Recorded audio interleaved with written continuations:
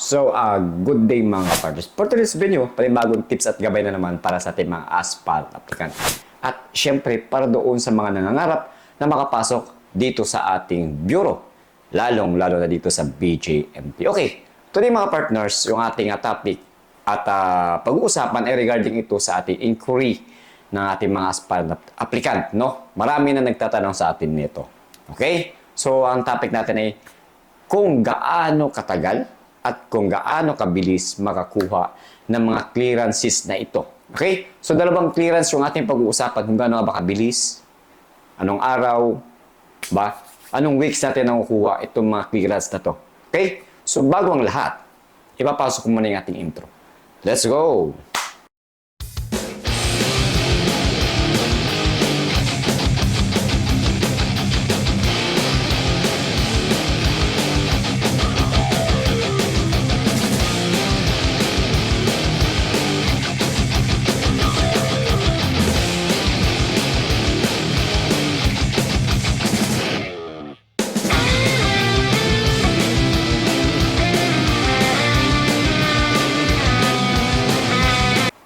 So muli mga ka-partners, no, at nagbabalik ang inyong kuyang ka-partners at may dala-dala na naman pong panibagong topic at pag-uusapan at sasaguting katanungan o inquiry ng ating mga aspirant applicant. At para na rin no, sa mga aspirant natin na wala pang idea kay pagdating sa topic na ito. Disclaimer, in this video para doon ito sa mga aspirant applicant natin na wala pang idea. Okay? At kung may idea ka na sa mga topic na ito, ay hindi para sa iyo itong video na to. Kaya huwag natin patagalin. Ang topic natin ay kung gaano nga ba kabilis at kung gaano rin nga ba katagal no, makakuha ng mga clearances na ito. Ano nga ba yung dalawang clearances na ito? Okay? Una is DI clearance or Directorate for Intelligence Clearance. Okay? Pangalawang clearance, ito yung mga court clearance. Papasok dito sa court clearance na ito yung RTC, MTC. So, yung dalawang kind of clearances ay marami na nag-inquiry sa akin kung gaano nga ba katagal. Siyempre, yung kanilang validation, yung kanilang validity, kung kailan ito na-expired. Okay? So, mga partners, ang uunahin natin dito is yung DI clearance or Directorate for Intelligence Clearance. No? Gaano nga ba katagal? Okay? So, ang Directorate for Intelligence Clearance, mga partners, okay? Kung anong araw mo siya pinroses, ay doon, ganong araw mo rin siya makukuha. Okay? So, madali na siya makuha. Basta't meron dala-dala kang requirements. So, ano nga bang requirements? Inuulit ko, ang requirements is valid ID lang po. Okay? Other regions, baka hanapan po kayo. Mag-prepare po kayo na police clearance or barangay clearance. Okay? Baka hanapan kayo ng PNP. Okay po? Sa mga partners, merong instances na nadidelay yung pagkuha ng DI clearance, okay, or Directorate for Intelligence Clearance, mga partners. Ano yung dahilan? Okay? So, isa rito, no, isa sa instances na ito ay yung walang pipirma. Wala si chip, wala yung chip ng DI. Okay? Or, wala yung gumagawa ng clearance. So, ang delay lang naman ito is pababalikin kayo bukas on the next day. Ayan. So dito papasok na rin dito mga partners yung delay, no? Yung isa sa instances ng pagka-delay is yung holiday. Okay? At syempre, yung weekends. Okay? So ang pagkuha po pala, okay, para sa kaalaman ng lahat, ang pagkuha po ng DI clearance or clearances, okay? Office hour lang po tayo. So ang office hour po natin Monday to Friday and 8 to 5. Okay? Weekends, wala pong operational ang admin. Okay? Ng ating PNP. Okay? Naka-off po yan sila, mga partners. Okay? During holidays, wala rin pong office. Okay? Para sa kaalaman ng lahat. At syempre, for the awareness, okay, baka pumunta kayo ng weekends, tapos sa malayong lugar pa kayo nang galing. Ayan. So, sayang. So, kapag napaload nyo itong video na ito, at least magkaroon kayo ng preparedness. Magkaroon kayo ng awareness. Okay? Sa pagkuha ng DI clearance. At syempre, may alam na kayo kung ilang araw ninyo makukuha ang DI clearance nito. Okay? So, by the way, in this tips ay para makatulong. Okay? At para din ito sa mga nag-i-inquiry. At thank you po sa mga nag-i-inquiry, sa mga nagtatanong, okay? para makatulong din tayo. Yung sagot ko, ginagawa ko ng video para makatulong sa ating mga aspirant applicant na wala pang idea sa pagkuha ng DI clearance. Okay? So, isa pa, papyawan ko na rin. Ang DI clearance po, dito sa NCR, sabi ko nga sa video ko nakaraan, is kapag ka, okay, nagbigay ang NCRPO or bikutan, okay, ng DI clearance, yes, tinatanggap po yun ng DJMP. Okay? But, kung ang kanilang advice is kumuha dito sa Krame, sundin nyo po ang advice nila. Okay? Pareto sa mga taga-NCR. Para sa mga regions, paano kumuha ng DI clearance, pumunta naman po kayo sa pinakamalapit na regional office ng region ninyo na PNP. Okay? At sadyain ninyo ang intelligence office or intelligence unit. Doon po kayo makakuha ng DI clearance. Okay. So, nasagot ko na po ang DI clearance kung paano at gaano kabilis at ano yung mga instances para ma-delay. Dadako naman po tayo sa pangalawang clearance. Dito po sa clearance na ito, yung court clearance.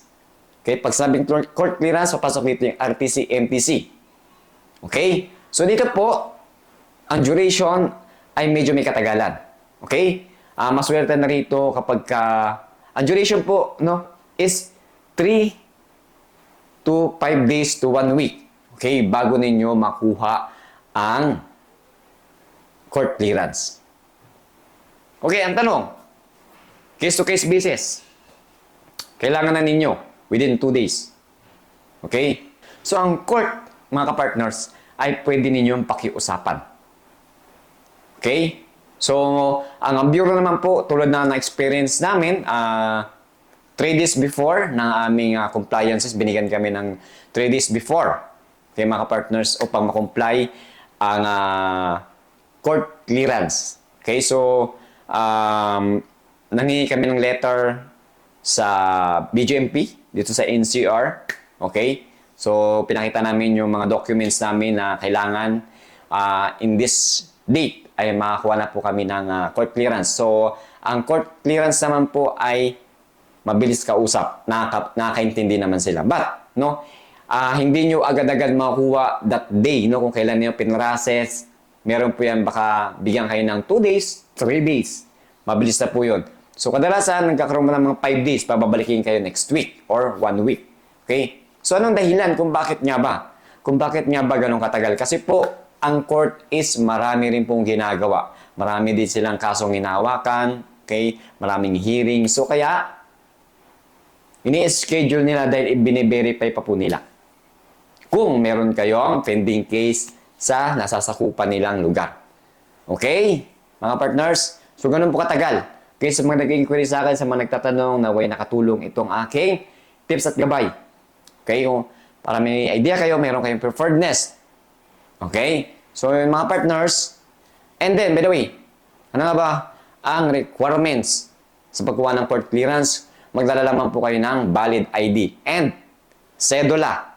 Okay? Sa mga partners natin na walang sedula, meron pong nabibili na sedula sa court mismo kung saan kayo kukuha ng court clearance. Yes po, may binibenta sila doon. I think nasa 70 pesos. More than that, yung price ng kanilang sedula.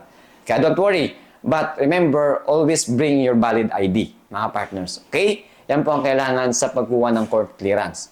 Okay po? So, hanggang dito na lang po muna yung ating video.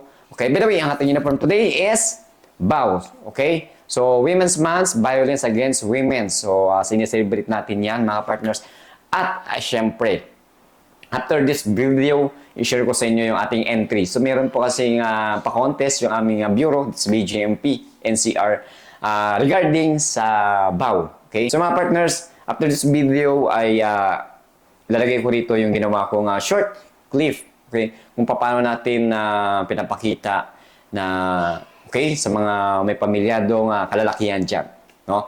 Kung paano natin pinapakita na pinapalaga natin yung ating partner, yung ating asawa, ating misis. Okay? In this clip video, mga ka-partners, pinapakita natin dito yung kahalagaan ng family, kahalagaan ng anak, kahalagaan ng pagkakaroon ng asawa. Okay? Ang responsibilidad, ang pagrespeto sa isa't isa. Okay, panoorin nyo. Okay, kung nakarating kayo sa video na ito, maraming salamat. At hanggang dito na lang yung ating tips at gabay. Okay, lagi kong sinasabi sa ating mga aspirant applicant, be confident sa lahat ng bagay. Magtiwala sa iyong kakayahan. At syempre, magtiwala sa itaas. Always pray. Okay? At syempre, maging mabuting tao sa kapwa. Dahil baka ang kapwa na yan ay makatulong sa iyo in the future. Okay? So, always think positive. Be a professional. Like kung sinasabi, saludo.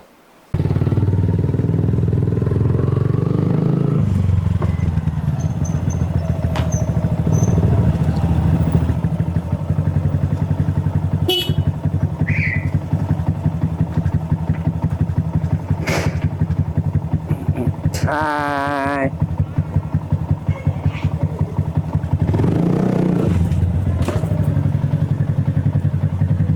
Mom, come here. Hi. How are you today?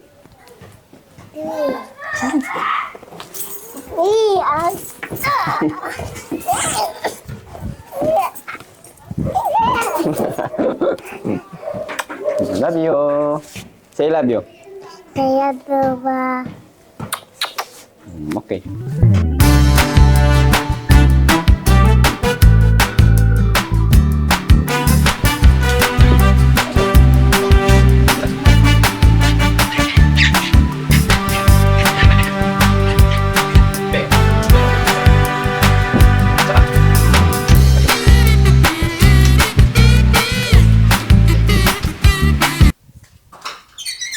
Han, tapos ka na maglaba? Pag natapos yan, ako na magsasampay, ha? Okay, bantayan ko lang yung bata. Oo, Han, tapos na. Isampay mo na.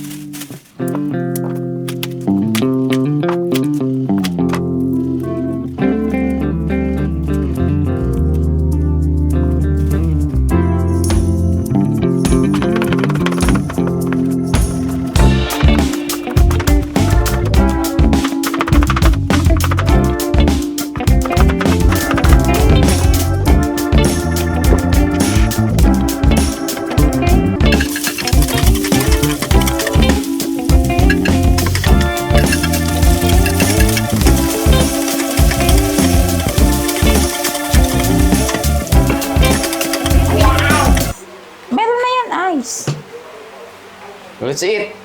Ay, wait. Mag-pray muna. Oh, you know how to pray, di ba po? Paano mag-pray? Oo, You know how to pray, di ba po? Okay. So, follow me, anak. Oh. Close your eyes. Sit properly, sit properly. Mahulog Okay, ka. wait lang po. Oh, hand. Close your eyes. Okay? Dear Lord, thank you for this day to giving us an hour food. And thank you, God, for more blessings. Amen. Okay. Clap, clap, clap. Let's eat.